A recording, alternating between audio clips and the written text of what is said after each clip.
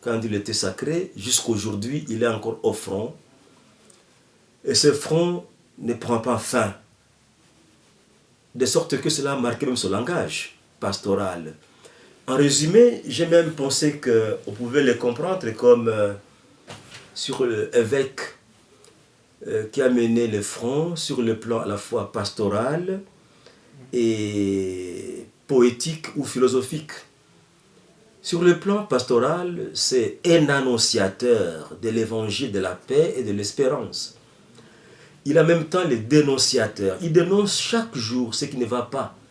D'abord la complicité locale qui semble présider à la balkanisation, qui semble accompagner ceux-là qui veulent balkaniser.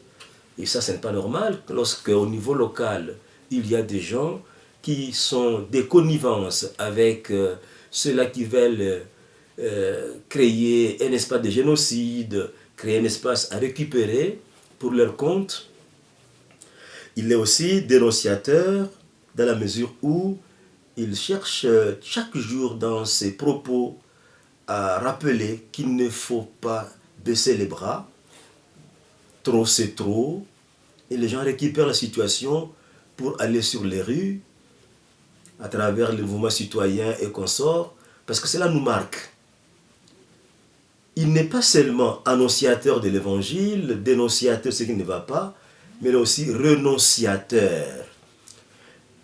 Tenez, par exemple, lors de l'Ebola, il a été hué par des groupes de chrétiens, pourtant catholiques, surtout les jeunes. Et il n'a pas réagi. Il renonce à réagir je vais dire tout simplement, en tenant compte du degré de la colère quand même. C'est un humain, il pouvait réagir comme tout le monde. Si il était politique, il pouvait me démentir que lui n'a jamais avalé, entre guillemets, l'enveloppe dont on parlait. Mais il renonce, et moi je le qualifie de renonciateur.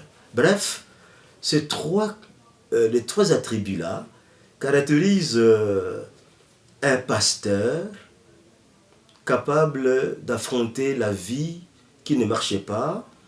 Il annonce le jour meilleur, il nous maintient dans l'espérance, mais aussi il dénonce quand ça ne va pas, et il nous interpelle aussi de faire la même chose, de dénoncer ce qui ne va pas, de ne pas croiser les bras, comme on pouvait le dire à la suite de Martin Luther King, d'un combat pour la liberté.